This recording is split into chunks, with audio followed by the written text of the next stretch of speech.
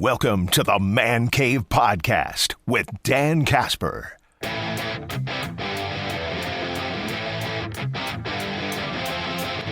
Let's catch up and talk a little green and gold as we wrap up the regular season this weekend. Packers have nothing to play for.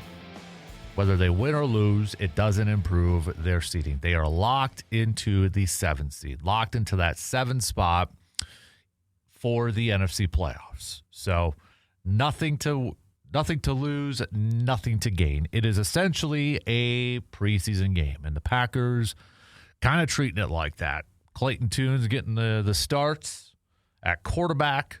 Jordan Love has cleared concussion protocol, but the Packers opting to rest not only Love, but other starters. I would imagine that means Josh Jacobs, Zach Tom, maybe even like a Christian Watson and such, but they're going to be resting some of their guys. And I get it. I get it. We don't need to have a careless injury in a game that doesn't matter. I know there's some people that are upset because it's a division game and maybe you want to get some reps in for like Love, who has missed now 2.5 games before the postseason and such.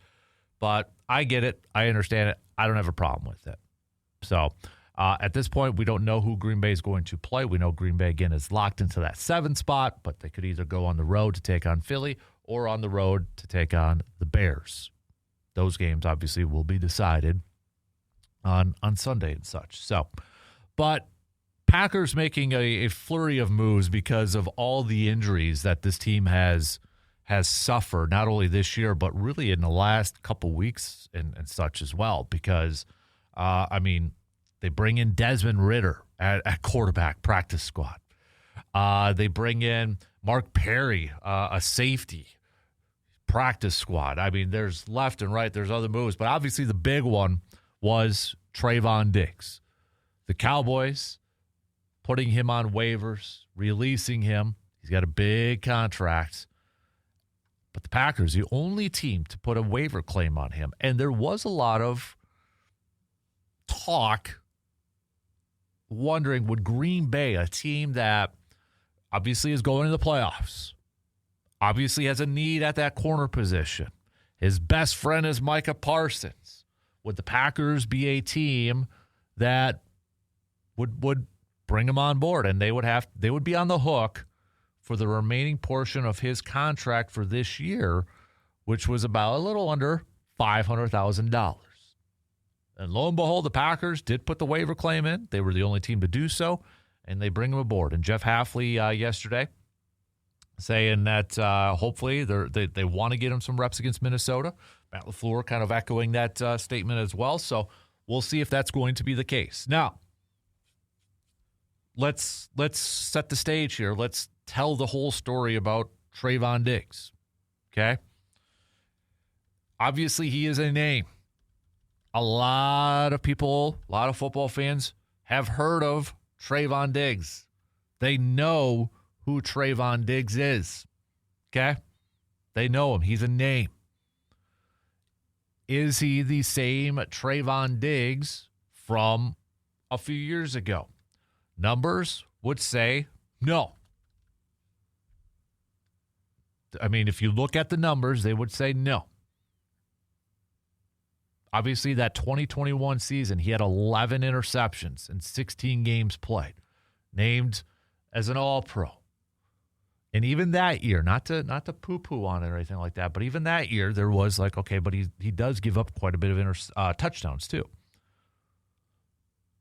And since that 2021 season, he followed up in 2022 with 3 picks, played 2 games in 2023 because of an ACL injury, 1 pick. 2024 had 2 picks in 11 games. This year, in 8 games, no picks.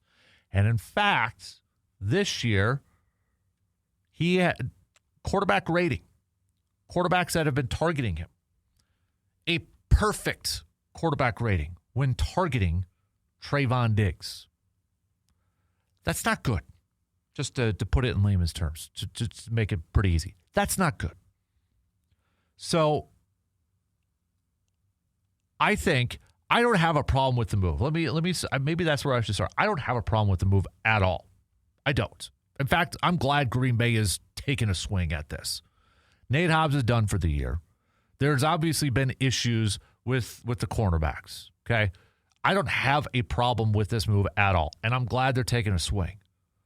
But I'm lowering my expectations because I think there's a lot of fans out there that recognize the name, know the name, and they're setting the bar incredibly high. And that's, if you want to do that, that's fine. But for me, I'm setting the bar low. I'm not putting expectations like, oh, we just got a shutdown corner. Here we go. Vast improvement. I'm not doing that because right now from his play, it hasn't given me any examples or any evidence that that's going to happen. I'm going to set it low and I'm going to hope for the best. And I hope a change of scenery does him well. And the thing is, though, too, I don't even know if he's going to be back next year. I know he talked a little bit with the media and made a comment saying that I hope I could call this home for the future. I think he wants to hang out with his BFF, Micah Parsons. But the fact of the matter is there's no way Green Bay is bringing him back next year with his current contract. It's just, it's not. It's right now, it's a rental for this game and for however long they get into the postseason because his cap hit for next year is $15.5 million. The year after that, 20.5. 2028, 21. Now, what made this kind of, I think what also helped Green Bay to put this waiver claim in and to get him, what made it more comfortable for them is that he's not owed any more guaranteed money. So even though they pick up the current contract for him, because that's what, with the waiver claim, if he would have cleared waivers, then whoever he signs with, it would be a brand new contract. But since Green Bay picked him up on waivers, they get his current contract. But they can move on from him after this year because he doesn't have any more guaranteed money. So it's a low risk. And maybe they kind of see, let's bring him in for this week, for next week. Maybe it's a deep, hopefully it's, cross your fingers, a deep playoff run, but we'll see. But kind of maybe a little bit of a tryout scenario. I don't mind the move. Again, I don't mind the move.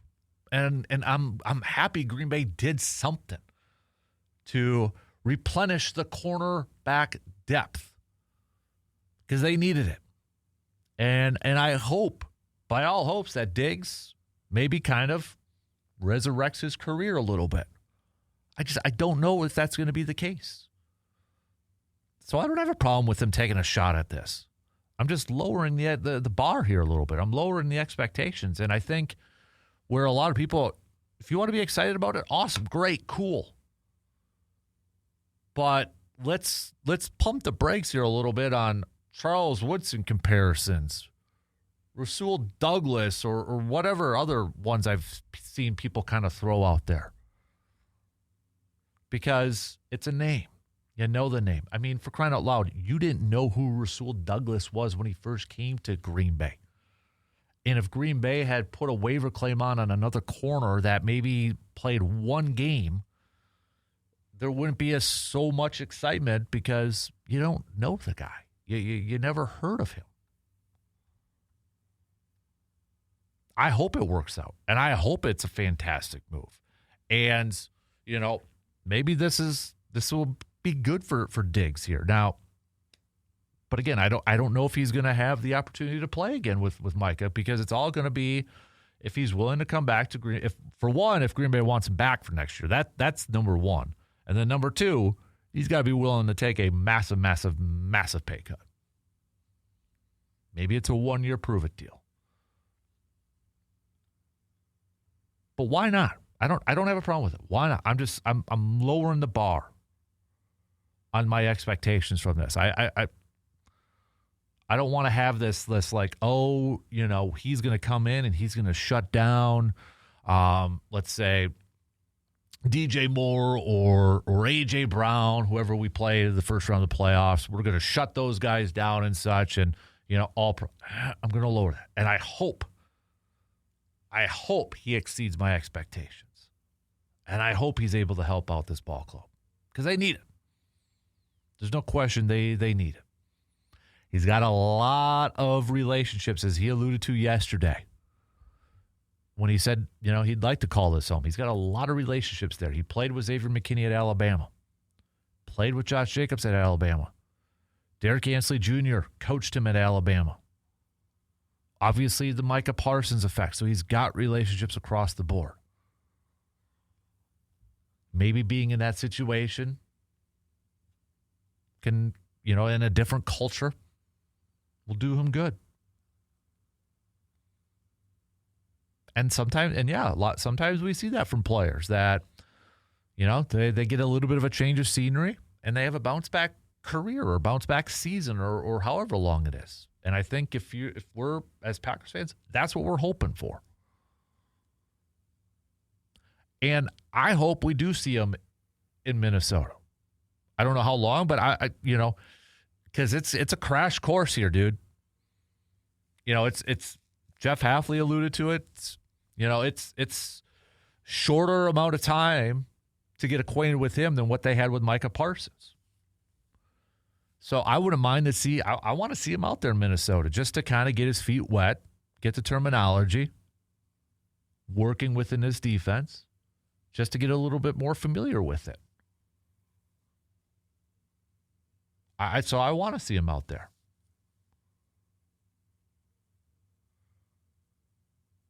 But why not? Why not make that move? I've got no problem with it. I'm just lowering the bar, my expectation bar. So we've got Packers, we've got Vikings to wrap up this regular season. Normally I would say like keys to victory, key matchups and that, and I don't even know if we can really dive into that for this game because I just want dudes to stay healthy. Okay? Yes, of course, you always want to win your division games and you want to win a rivalry game. I understand that. And I still want that. But my main thing in this thing is, can we please, for all that is good in this world, can we please just come out of this game healthy? Everybody. I don't care if they're a third string. I don't care, where they're at on the depth chart. Can we please just stay healthy? Come out of this game healthy. That's what I want more than anything. Because this has been crazy for the amount of injuries this team has had.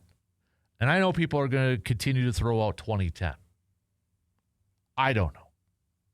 Let's see it all play out, okay? Let's get to the postseason. Let's see it all play out. But I mean, at a certain point too, when you suffer as many injuries to key positions and to key players like Green Bay's had, it's like, okay, it's kind of taking its toll. But if there's one thing that can lead this team to a deep postseason run, and that's Jordan Love. I get it, right now, optimism surrounding the Packers as we start to wrap up the regular season and getting into the postseason. It's low. The optimism's low. Yeah, there's probably a big chunk, wide majority of the fan base that isn't expecting a deep postseason run. Maybe one and done. I get it. I understand it. And I know why you're feeling it. And to be fair, right now, if you're asking me to make a postseason pick right now, I wouldn't pick Green Bay to come out of the NFC. I hope I'm wrong, but I don't see it. But if there was a way for Green Bay to do that, if they could somehow get through this postseason and maybe make a deep postseason run and get to the ultimate goal of a Super Bowl, and I know a lot of people are probably kind of chuckling and laughing at that, and I get it and I understand it, there's one player that could really, really rise to the occasion, if you will, and to use a Giannis quote, to put the cape on and lead this team, I think you look at one Jordan Love. Now, I'm not saying Jordan Love has been playing bad at all this year. I'm not. But we still got Green Bay still has their starting quarterback. They still got their guy who just a couple weeks ago was top 3 in MVP odds, for crying out loud. If he puts on that cape starting next weekend, whenever they play, whoever they play, if he puts on that cape and he leads that team to a victory in week 1 of the postseason, maybe week 2 or so, whatever the case, as long as you still have your starting quarterback, a high caliber starting quarterback, you have a shot. You got a shot. And I think if I were to kind of talk to the rest of Packers Nation out there, and if somebody were to say, give me some optimism, give me some hope, why I should be, excited about the playoffs or just give me a little bit of hope, I would say it's because you still have your starting quarterback who's playing or has had a solid season. But this is another opportunity for Jordan Love. And I think if you want to throw all comparisons, and I hate doing this because it's not the same story. But if you want to throw all comparisons, you can look at 2010. And you can look at what Aaron Rodgers did in that postseason too. It was, especially that Atlanta game. I think that Atlanta postseason game, that divisional round game, that's when I think we saw the Aaron Rodgers, the first stage of the Aaron Rodgers that we, kind of saw going forward. I mean, that performance that he had down in Atlanta against the number 1 seed, the way he performed and kind of carried that team on his back, on his shoulders, that was a turning point, I think, in Aaron Rodgers' career.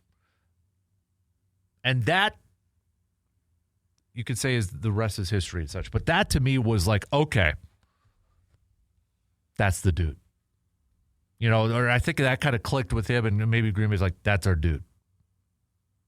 And then just continued to set the bar. I mean, the following year wins MVP and et cetera, et cetera, et cetera. His first MVP in that. But that Atlanta game was like, ooh. That to me was kind of the turning point.